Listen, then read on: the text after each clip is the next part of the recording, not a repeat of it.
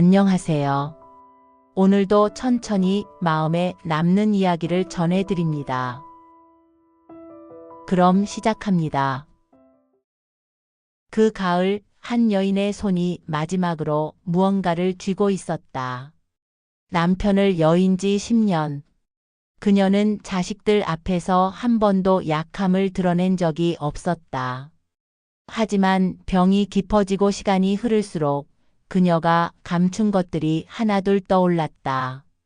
그 많은 밤들 혼자 끙끙 앓던 침대 위에서도 먹는 척했던 밥, 손주들 학원비가 걱정되어 병원 문턱을 돌아선 수없이 많은 날들. 그리고 어느 날 밤 금목걸이를 풀어 손에 쥐며 중얼거렸던 말. 저 아이만큼은 다르게 살게 해줘야지. 그 순간 그녀는 자신도 모르게 눈물을 흘렸다. 왜냐하면 그녀는 이미 알고 있었기 때문이다. 사랑한다는 것이 결국 그런 거라는 걸. 그럼 이제 제 이야기를 시작해 볼까 합니다. 처음엔 그게 큰 일이라고 생각하지 못했어요. 그냥 어느 가을날 허리가 콕콕 찌르던 날씨였던 것 같았어. 조만간 병원에 가봐야지라고 생각은 했었지만 아들이 다시 직장 스트레스가 심하다고 했고 손주 준호가 학원비가 올랐다고 들었으니까요. 그러니까 그냥 이대로 있다가 낫겠지 하는 마음이 있었어요. 남편이 살아있을 땐 달랐어요. 그 사람은 내 작은 신음도 놓치지 않았거든. 정순아, 뭐해? 허리 아파? 병원 가자. 이렇게 말했어. 그런데 남편이 없어지니까 내가 아파도 말해야 할 사람이 없었어요. 아들한테? 그 아이도 이미 바빴고, 며느리한테? 이미 좋지 않은 것 같았고, 그래서 나는 그 통증을 혼자 안았어요. 한 달이 지나고 두 달이 지나면서 밤만 되면 뒹굴었어요. 천장을 바라보고 누워있다가 구슬린 몸을 뒤척이다가 그러다 새벽이 오고 아침이 밝으면 아무것도 아닌 척 밥을 지었어요. 식탁에는 언제나처럼 미역국을 놓고 계란말이도 만들었죠. 그 와중에도 반찬을 4가지는 만들었어요. 된장찌개, 나물, 고등어구이, 달걀말이. 그럼 준호가 든든하게 나가겠지 싶어서요. 그런데 아들 도윤이는 바빴어요. 회사 일이 터졌다고 하면서 도시락을 챙겨 나갔어요. 며느리 선영이도 손주 준호를 학원에 데려다 줘야 한다며 빠르게 움직였고 식탁에 놓인 밥을 보고 준호만 할미 맛있다라고 말했어요. 그 한마디가 내 하루를 견디게 해줬어요. 정말로. 그날따라 통증이 유독 심했어요. 아침을 차리다 말고 주방 문 앞에 벽에 손을 대고 한참 서 있었어요. 어디가 이렇게 아픈지 정확히 말할 수 없는 그런 통증이었어. 마치 내 몸이 속으로부터 무너져 내리는 그런 느낌. 한숨을 쉬고 다시 일어서려는데 손자가 물었어요. 할미, 뭐해요? 그때 나는 웃어야 했어. 그 아이 앞에서는 항상 괜찮아야 했거든. 아무것도 아니야. 할미가 좀 무거운 걸 들었나 봐. 괜찮다. 너는 학원 가서 열심히 해라. 준호가 날 봤어요. 그 아이의 눈에는 이미 걱정이 가득했어요. 그래서 나는 다시 웃었어요. 가짜 웃음이 아니라 정말 웃으려고 노력했어요. 점심때쯤 선영이 들어왔어요. 아직도 생생해. 한숨을 쉬며 신발을 벗고 소파에 폭 쓰러지더니 어머니, 요즘 너무 피곤해요 라고 말했어. 아, 그 말이었어. 그 한마디가 모든 걸 결정했어요. 나는 부엌에서 나와 며느리 앞에 앉았어요. 그리고 조용히 물었어요. 선영아, 그 일로 돈을 좀 빌려줄 수 있을까? 병원비가 좀 필요해서 말이야. 70만 원 정도면 되는데. 그럼 선영이는 날 봤어요. 그리고 내가 평생 기억할 그 표정을 지었어요. 피로한 얼굴이었어. 그리고 차가운 목소리였어. 마치 내가 부담이라고 말하는 것처럼. 어머니, 저희도 요즘 사정이 어려워요. 저도 카드값이 밀렸어요. 쉽지 않으시겠지만 알아서 해결하세요. 그 말이 끝나고 나는 고개를 숙였어요. 그리고 아무 말도 하지 않았어요. 뭐라고 말할 수가 있었겠어.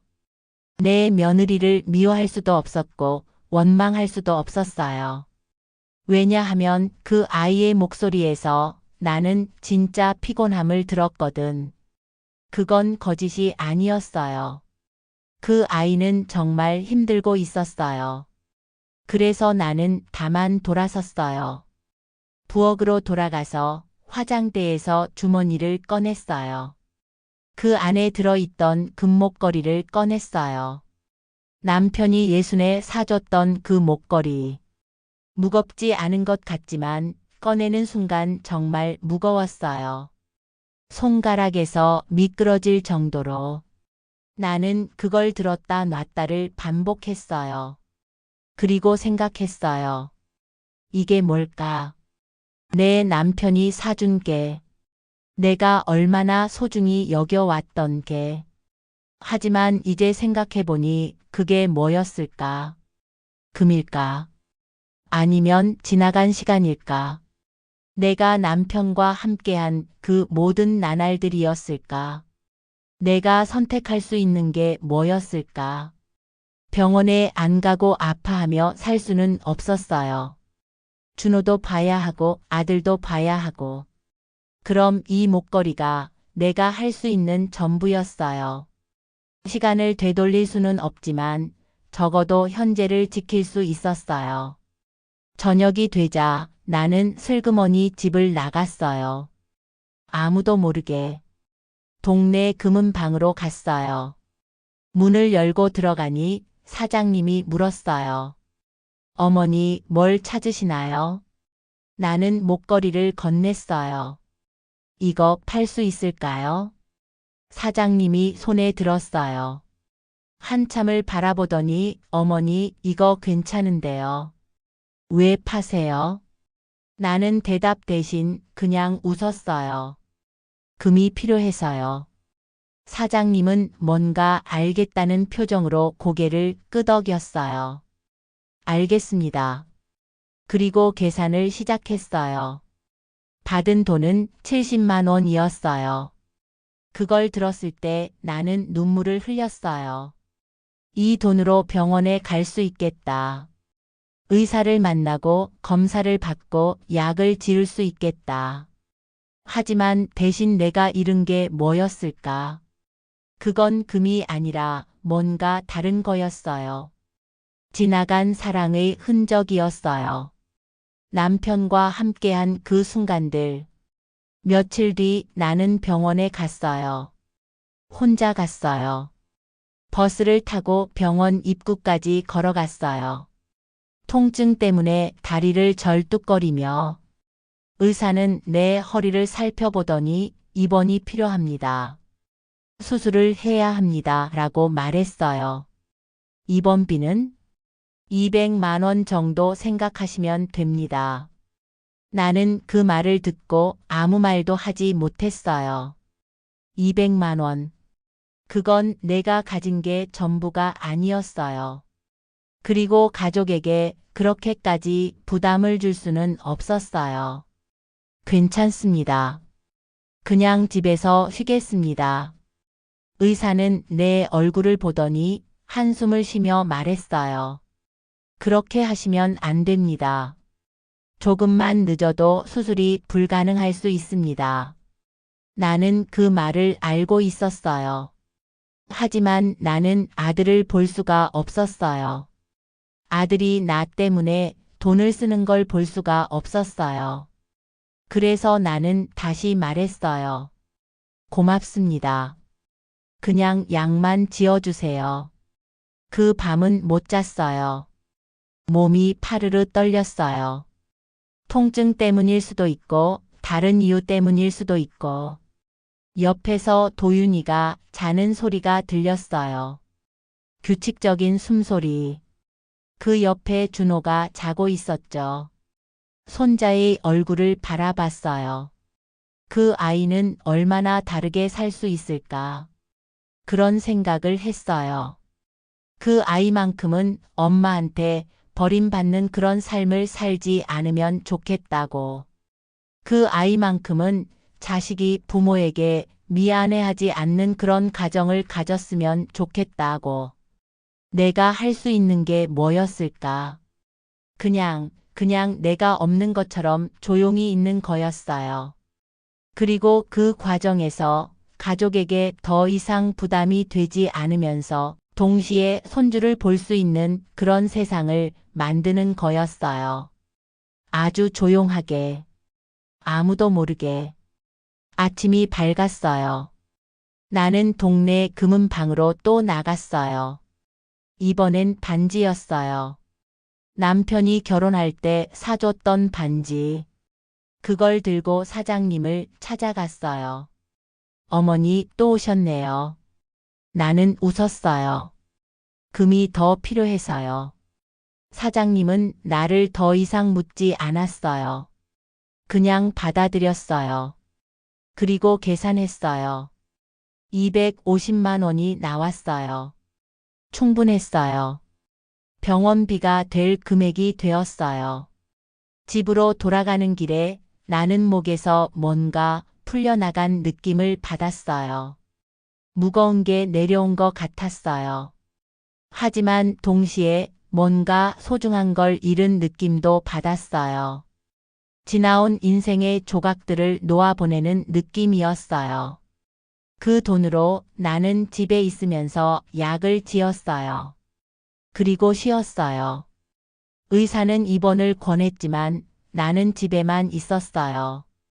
왜냐하면 내가 해야 할 일이 있었으니까요. 아침마다 밥을 지었어요.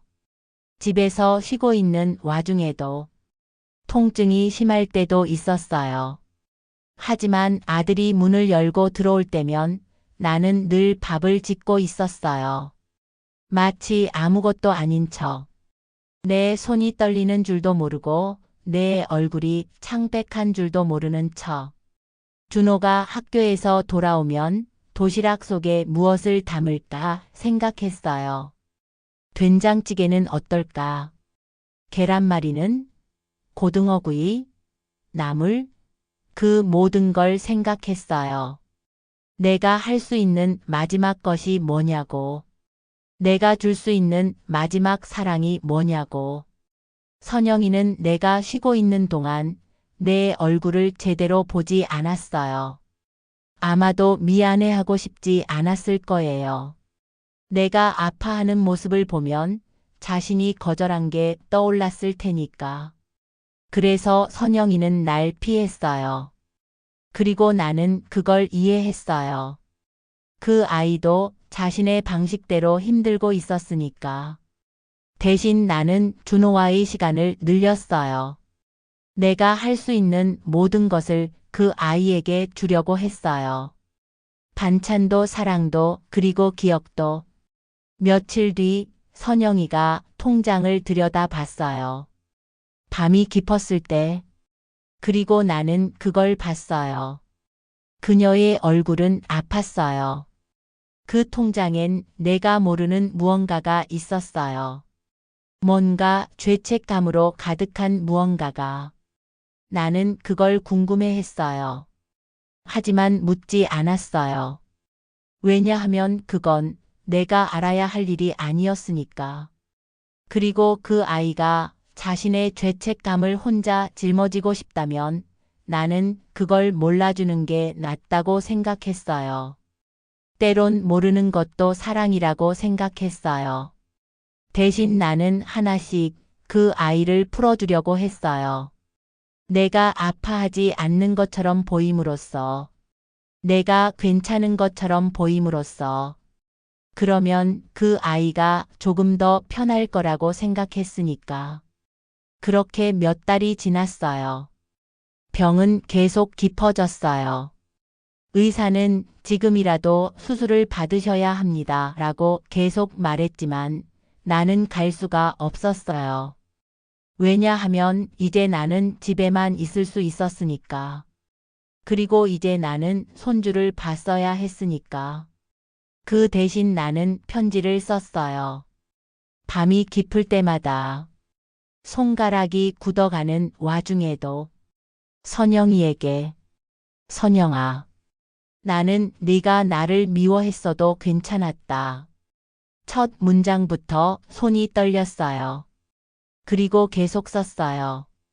너는 나를 불편해했고 나는 너를 이해했다. 사람은 그렇게 살아가는 거야. 모두가 누군가를 미워하면서 살아가고 그 미움 속에도 사랑이 섞여 있어. 이 말을 쓸 때 나는 진짜로 울었어요. 왜냐하면 이게 진짜 내 생각이었으니까. 열해 전, 넌 내 비상금을 몰래 가져갔다. 어려운 시간이었을 테지. 그래서 나는 너를 용서했다. 아니, 벌써 알고 있었다. 사람이 그렇게 하는 이유는 정말 어려울 때니까. 그 후로 넌 줄곧 내게 빚을 갚으려고 애썼다. 10년 동안 매달 30만 원씩. 그 돈을 받을 때마다 나는 눈물을 흘렸다. 왜냐하면 그 돈은 돈이 아니라 네가 내게 주는 마음이었으니까. 그건 빚을 갚는 게 아니라 사랑을 증명하는 거였어. 이 부분을 쓸 때 손이 정말 많이 떨렸어요. 내 며느리의 10년이 떠올랐거든. 내가 넌 말이 없었다. 왜냐하면 말을 하면 너는 더 미안해 할 테니까. 그리고 나는 내 미안함이 아닌 내 사랑을 받고 싶었다. 그것만 원했다. 사람이 어떻게 살아가는지 안다면 미움도 사랑도 모두 같은 감정의 다른 면이라는 걸 알 거야. 넌 나를 미워했지만 그 미움 속에도 책임감이 있었다. 그래서 넌 매달 돈을 보냈고 그게 나한테는 사랑이었어. 그게 전부야. 마지막은 이렇게 마무리했어요. 이제 넌 자책하지 말아라. 넌 이미 충분히 많이 돈을 갚았다. 더 이상 자신을 책망하지 마라. 왜냐하면 내가 이미 너를 용서했으니까. 아니, 용서한 것도 아니다. 너는 처음부터 내게 용서받을 일이 없었어. 왜냐하면 넌 나를 사랑했으니까. 그것만으로 충분해. 그것만이 전부야. 이제 행복해라. 준호 엄마로서, 도윤이 아내로서, 그리고 한 여인으로서. 그렇게 살아가. 사람의 잘못은 시간이 있게 하지만 사랑은 시간을 통해 남는다. 그 편지를 봉투에 넣고 봉투에다 글을 썼어요. 도윤에게 건네주지 말고 이건 네가 봐야 할 편지야. 그리고 내 방 서랍에 넣어두었어요. 혹시 모르는 나를 위해. 내가 더 이상 이 세상에 없을 그날을 위해. 그 겨울은 정말 길었어요. 병은 깊어졌고 내 몸은 점점 무거워졌어요. 손가락도 구부러졌고 다리도 약해졌고. 하지만 아침마다 나는 일어났어요. 밥을 지었어요. 준호를 봤어요. 어느 날 준호가 나한테 물었어요. 할미, 왜 우셨어요? 할미는 안 울었어. 왜? 뭐 봤어? 모르겠어요. 그냥. 할미 눈이 축축해 보였어요. 나는 그 아이를 안았어요. 작은 팔, 따뜻한 온기. 그것만으로도 충분했어요. 할미는 행복해서 우는 거야. 너를 보니까 행복해서. 그리고 한 가지는 꼭 기억해. 밥은 꼭 뜨겁게 먹어야 해. 아무리 바빠도 밥은 뜨겁게. 그래야 몸도 따뜻하고 마음도 따뜻해진다. 기억해? 준호는 고개를 끄덕였어요. 그리고 나를 안았어요. 작은 팔로. 하지만 그 팔이 내게는 온 세상이었어요. 봄이 다시 왔어요. 그리고 의사는 더 이상 수술이 불가능합니다. 라고 말했어요. 나는 그 말을 받아들였어요. 그건 내가 선택한 거였으니까. 나의 운명이었으니까. 대신 나는 요양원으로 가기로 결정했어요. 집에만 있다 보면 가족들이 날 봐야 하고 내가 아파하는 모습을 봐야 하니까. 그게 가족에게는 더 큰 부담일 거라고 생각했어요. 아들 도윤이는 반대했어요. 어머니, 집에서 계신 거 아닌가요? 아니다. 엄마는 요양원에서 쉬는 게 낫겠다.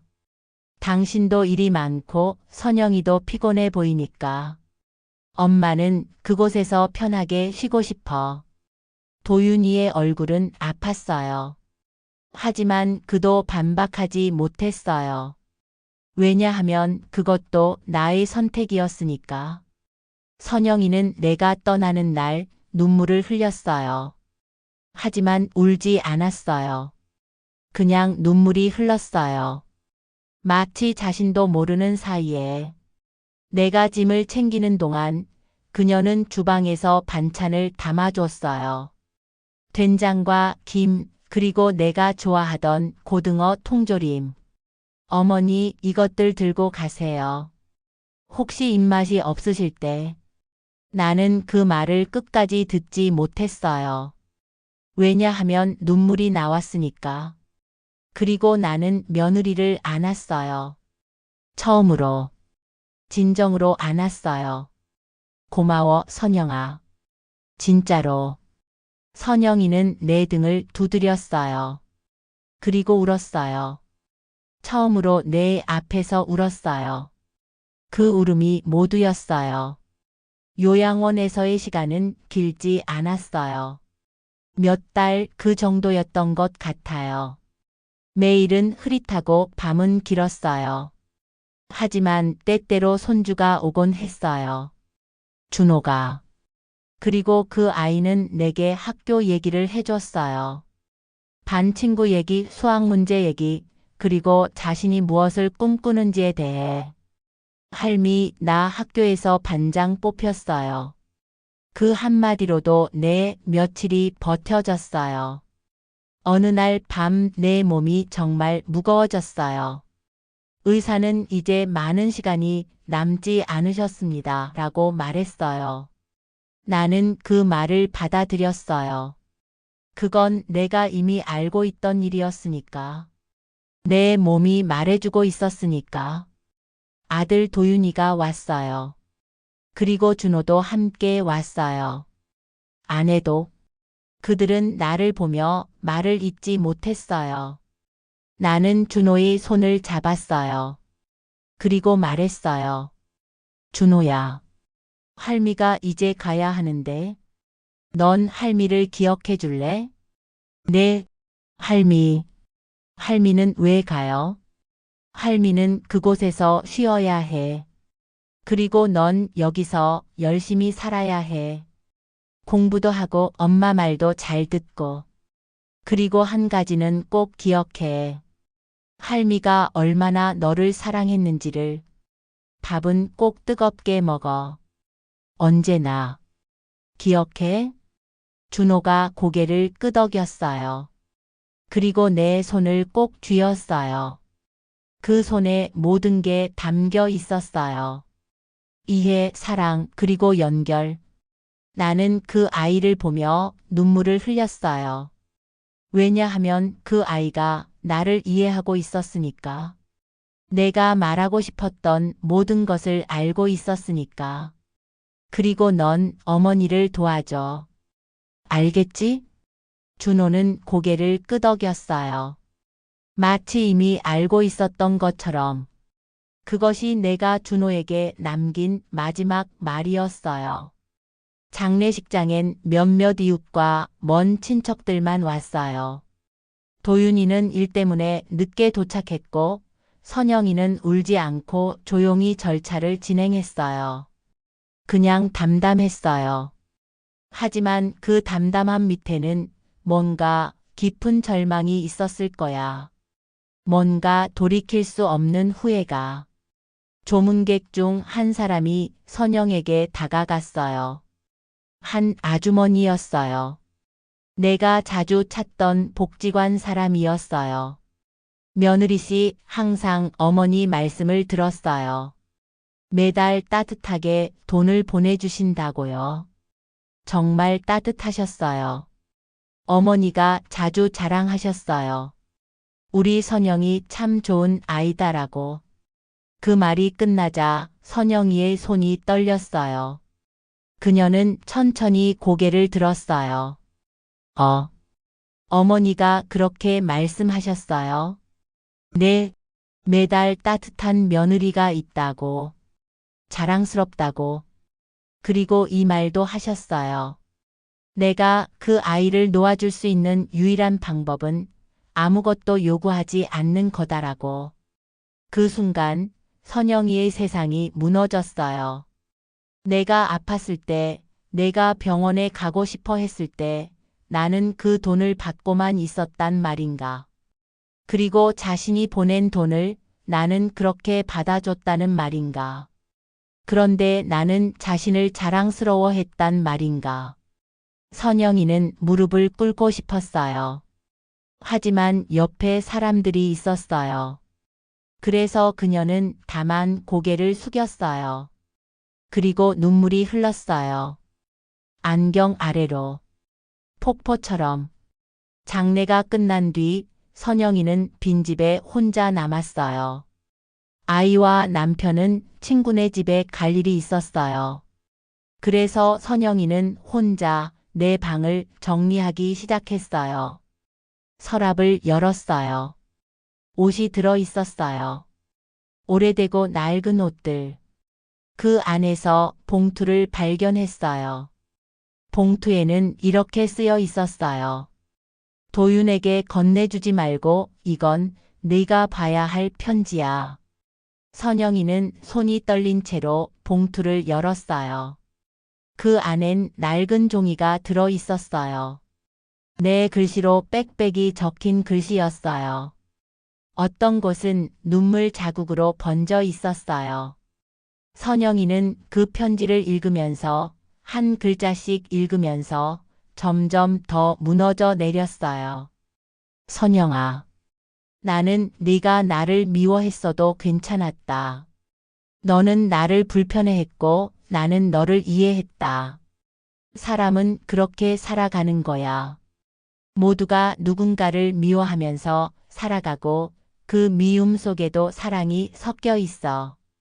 열해 전 넌 내 비상금을 몰래 가져갔다. 어려운 시간이었을 테지. 그래서 나는 너를 용서했다. 그 후로 넌 줄곧 내게 빚을 갚으려고 애썼다. 10년 동안 매달 30만 원씩. 그 돈을 받을 때마다 나는 눈물을 흘렸다. 왜냐하면 그 돈은 돈이 아니라 네가 내게 주는 마음이었으니까. 선영이는 종이를 내려놨어요. 그리고 손으로 얼굴을 가렸어요. 그리고 울었어요. 큰 울음. 정말 큰 울음. 마치 10년을 참아왔던 모든 눈물을 한꺼번에 쏟아내는 듯한 울음. 어머니, 왜 그러셨어요? 편지를 다시 들었어요. 손이 떨렸어요. 그리고 계속 읽었어요. 내가 넌 말이 없었다. 왜냐하면 말을 하면 너는 더 미안해할 테니까. 그리고 나는 내 미안함이 아닌 내 사랑을 받고 싶었다. 사람이 어떻게 살아가는지 안다면 미움도 사랑도 모두 같은 감정의 다른 면이라는 걸 알 거야. 넌 나를 미워했지만 그 미움 속에도 책임감이 있었다. 그래서 넌 매달 돈을 보냈고 그게 나한테는 사랑이었어. 이제 넌 자책하지 말아라. 이미 충분히 많이 갚았다. 사람의 잘못은 시간이 있게 하지만 사랑은 시간을 통해 남는다. 선영이는 그 글을 읽으며 처음으로 자신을 용서했어요. 그리고 깨달았어요. 내가 그 모든 시간을 받아줬다는 걸, 내가 자신을 이미 풀어줬다는 걸. 그 밤 도윤이가 집에 돌아왔어요. 준호도 함께. 선영이는 여전히 바닥에 앉아 있었어요. 편지를 들고 온몸이 떨리고 있었어요. 도윤이가 아내의 얼굴을 봤어요. 그리고 물었어요. 어머니가 뭐라고 쓰셨어? 선영이는 대답 대신 편지를 건넸어요. 손이 떨려서 제대로 건네지도 못했어요. 도윤이는 그걸 받아 읽었어요. 천천히, 한 글자씩, 그리고 모든 걸 이해했어요. 왜 어머니가 그런 편지를 남겼는지, 왜 아내가 그렇게 울었는지, 그리고 자신이 그 모든 시간을 모르고만 있었는지. 며칠 뒤 도윤이는 은행을 방문했어요. 그곳에서 아내의 통장 내역을 확인했어요. 10년 동안 매달 30만 원. 수취인은 이정순. 메모는 항상 같았어요. 죄송합니다, 어머니. 도윤이는 그 내역을 본 순간 모든 게 이해가 됐어요. 그리고 그 뒤 자신의 어머니 통장을 확인했어요.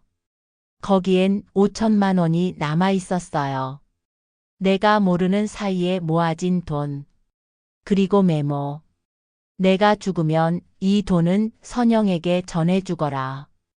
그 아이는 내게 빚이 아니라 마음을 줬다. 사랑했다. 도윤이는 그 글을 읽으며 처음으로 아버지가 없는 상황에서 아버지처럼 울었어요. 그리고 깨달았어요. 자신의 어머니가 얼마나 큰 사랑 속에서 살아갔는지를. 집으로 돌아가는 길에 도윤이는 자신의 삶을 다시 생각했어요. 자신은 뭘 했는가? 자신의 어머니는 고생하고 있었고, 자신의 아내는 죄책감으로 밤새 울고 있었고, 자신은 일만 했다. 그뿐이었다. 집에 도착했을 때 도윤이는 아내에게 말했어요. 난 미안해. 선영이는 남편을 봤어요. 당신이 뭐가 미안해요? 내가 모르고 있었어. 엄마도 너도. 난 아무것도 모르고만 있었어. 그런데 엄마는 이렇게까지 사랑하셨고, 넌 이렇게까지 빚을 느끼고 있었어. 난 정말 미안해. 도윤이는 아내를 안았어요. 그리고 함께 울었어요. 처음으로, 진정으로. 준호는 부모의 등을 바라봤어요. 그 아이는 이해할 수 없었을 거예요. 왜 어른들이 우는지. 하지만 조용히 곁에 앉았어요. 일주일이 지났어요. 도윤이는 준호를 안아 올렸어요. 그리고 물었어요. 준호 할머니가 생각나? 준호가 고개를 끄덕였어요.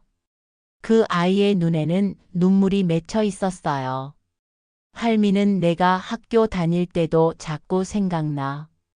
도윤이는 아이를 꼭 안고 말했어요. 할머니는 너를 정말 사랑하셨어. 그리고 할머니는 말씀하셨어. 밥은 꼭 뜨겁게 먹으라고. 그건 뜨거운 마음으로 살아가라는 말씀이셨어. 할머니가 준 가장 중요한 말씀이야. 기억해야 해. 준호는 고개를 끄덕였어요. 그리고 중얼거렸어요. 밥은 뜨겁게. 밥은 뜨겁게. 그 이후 선영이는 매년 가을 어머니의 길마다 납골당을 찾았어요. 그리고 꽃을 놓았어요. 언제나 같은 꽃, 하얀 국화. 그리고 새로운 편지를 썼어요. 첫 해 편지는 이렇게 시작했어요. 어머니, 이제 알겠어요. 용서는 용서받는 사람이 아니라 용서하는 사람의 마음을 살리는 거라는 걸요. 그리고 또 다음 해 편지는 어머니, 저는 이제 준호를 봐요. 준호도 이제 누군가를 사랑할 나이가 됐어요. 그 아이에게 어머니의 사랑을 전하고 싶어요. 끝나지 않는 사랑이 있다는 걸 보여주고 싶어요. 세월이 흘렀어요. 도윤이도 나이가 들었고 선영이도. 준호는 이제 대학생이 되었고 곧 사회에 나갈 준비를 하고 있었어요. 준호가 준비한 첫 직장은 사회복지관이었어요. 엄마, 나 여기서 일하고 싶어. 할미 같은 사람들을 도와주고 싶어. 선영이는 그 말을 듣고 눈물을 흘렸어요. 아, 이 아이가 내 어머니를 이해했구나. 내 어머니의 그 모든 사랑이 이 아이에게 전해졌구나. 준호는 그곳에서 일하면서 많은 노인들을 봤어요. 그리고 각자의 이야기를 들었어요. 그리고 그때마다 할머니를 떠올렸어요. 할머니가 했던 말을 사람은 미워하면서도 사랑할 수 있단다. 어느 날 준호는 복지관에서 한 노인을 봤어요. 그 노인은 딸과 싸웠다며 울고 있었어요. 딸이 자신을 돌보지 않는다며. 그러자 준호는 그 노인 옆에 앉았어요. 그리고 말했어요. 할머니, 혹시 딸분이 몰래 돈을 보내주신 적 있으세요? 노인이 고개를 들었어요. 뭐? 그게 무슨? 확인해 보세요. 은행 통장 확인해 보세요. 노인은 의아해하며 통장을 들었어요. 그리고 보니 매달 50만 원씩 송금되어 있었어요. 그동안 받지 않은 줄 알았던 돈이 계속 들어와 있었어요. 노인의 눈에서 눈물이 흘렀어요. 그리고 준호는 그 노인에게 말했어요. 할머니의 딸은 당신을 사랑하고 있어요. 그 사랑이 돈으로 전해지고 있어요. 그건 빚이 아니라 사랑이에요. 그렇게 준호는 그의 할머니가 했던 일을 반복하고 있었어요. 사랑을 전하는 일, 용서를 나누는 일, 몇 년이 더 흘렀어요. 준호는 이제 결혼을 했어요. 그리고 아들도 생겼어요. 그 아이의 이름은 준호. 준호가 태어났을 때 준호는 아내에게 말했어요. 이 아이를 우리 할머니 이름을 따서 정순이라고 지을 거야. 준우의 중간 이름으로. 아내는 고개를 끄덕였어요. 무슨 뜻인지 이미 알고 있었으니까. 그리고 준우가 처음 밥을 먹을 때 준호는 아이에게 말했어요. 우리 아들 밥은 뜨겁게 먹어야 해.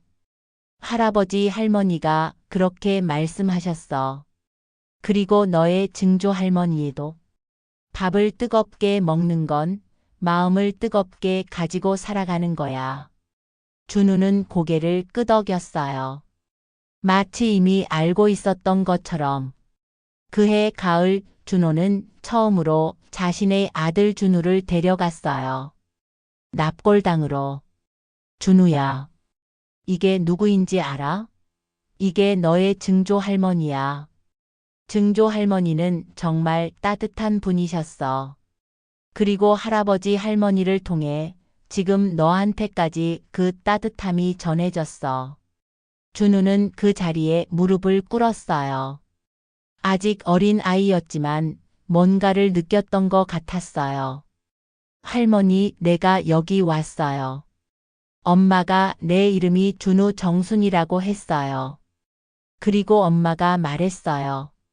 할머니가 사람들을 사랑했다고. 내도 할머니처럼 할게요. 선영이는 그날따라 집에서 울었어요. 아무도 모르게. 손주 손자를 보며. 그렇게 또 시간이 흘렀어요. 준호도 나이가 들었고 선영이도. 준우는 이제 고등학생이 되었고 곧 대학생이 될 준비를 하고 있었어요. 그리고 어느 날 준호는 선영이에게 물었어요. 엄마, 아직도 할머니 편지 가지고 있어? 선영이는 고개를 끄덕였어요. 응. 내 가장 소중한 것 중 하나야. 매년 읽어. 그리고 매년 새 편지를 써. 준호는 그 편지를 들었어요. 글씨는 거의 다 발해 있었어요. 하지만 한 문장만은 여전히 또렷했어요. 사람의 잘못은 시간이 잊게 하지만 사랑은 시간을 통해 남는다. 준호는 그 문장을 읽으며 눈물을 흘렸어요. 그리고 깨달았어요. 할머니가 남긴 이 말이 이제 우리 가족의 가장 중요한 약속이라는 걸. 준우에게도 읽어줄까? 선영이가 물었어요. 응. 시간이 됐어. 이 아이도 이제 알아야 해. 우리 가족의 이야기를. 그 밤 준호는 준우를 불렀어요. 그리고 편지를 읽어줬어요. 처음부터 끝까지. 그리고 마지막에 말했어요. 준우야. 이건 너의 증조 할머니가 남긴 말씀이야. 그리고 이 말씀은 이제 너의 책임이기도 해. 넌 이 말씀을 기억해야 해. 그리고 언젠가 너도 누군가에게 이 말씀을 전해줄 거야. 우리 가족 모두에게 전해지는 사랑처럼. 준우는 고개를 끄덕였어요. 그리고 중얼거렸어요. 사람의 잘못은 시간이 잊게 하지만 사랑은 시간을 통해 남는다. 그 말이 끝나자 모두의 눈에 눈물이 맺혔어요. 왜냐하면 그 순간 그들은 깨달았으니까. 사랑은 정말 계속된다는 걸. 시간도 죽음도 오해도 미움도 견디고 계속된다는 걸. 그렇게 또 한 겨울이 왔어요. 납골당 앞에 한 가족이 섰어요. 할아버지도 할머니도 아버지도 어머니도 그리고 아들도. 세대가 쌓이고 쌓인 그 자리에 선영이는 아주 나이가 많았어요. 거의 80이 다 되었어요. 하지만 여전히 매년 가을이 되면 그곳을 찾았어요. 그 자리에 무릎을 꿇고 손주손자의 손을 잡고 편지를 읽어 주었어요. 사람의 잘못은 시간이 잊게 하지만 사랑은 시간을 통해 남는다. 그리고 하늘을 향해 말했어요. 어머니, 우리는 계속해요. 당신이 시작하신 사랑을 계속해요. 이 아이들도 이 아이들의 아이들도 계속할 거예요. 바람이 불었어요. 하얀 국화들이 한 번에 흔들렸어요. 마치 누군가가 축복하는 것처럼. 마치 누군가가 고개를 끄덕이는 것처럼. 그렇게 사랑은 계속 흐르고 있었어요. 끝나지 않고, 멈추지 않고, 영원히, 시간을 거쳐, 세대를 거쳐, 마음을 거쳐, 그 손이 또 다른 손을 잡을 거고, 그 사랑이 또 다른 누군가에게 전해질 거고, 그 이야기는 계속될 거예요. 왜냐하면 사랑은 그렇게 살아가니까요. 오늘도 함께 해주셔서 감사합니다. 이런 이야기를 다음에도 함께 듣고 싶으시다면 구독과 좋아요로 마음을 나눠주세요. 마음에 남는 시간이 되셨길 바랍니다.